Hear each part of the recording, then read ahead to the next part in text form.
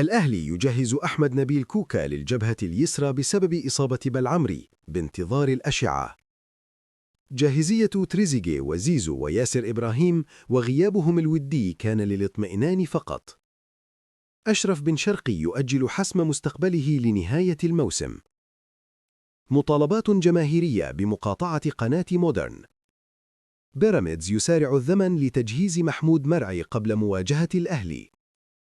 غضب داخل بيراميدز بسبب أنباء انتقال إبراهيم عادل للأهلي.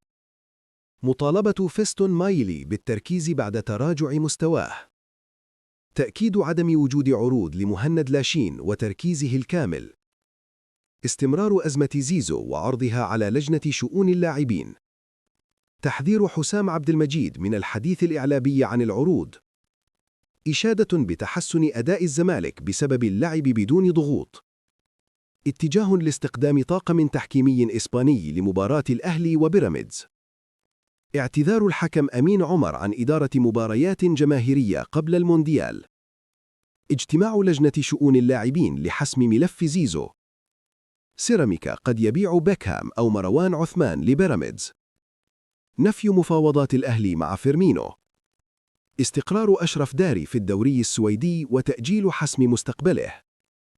أحمد كشري: الزمالك الأقرب للدوري وانتقاد توظيف لاعبي الأهلي. تأكيد كشري أن حسين الشحات الأفضل في مركز الجناح. بشير التابعي: الأهلي الأقرب للفوز بالقمة. التابعي: الزمالك قد يحسم الدوري رغم ذلك.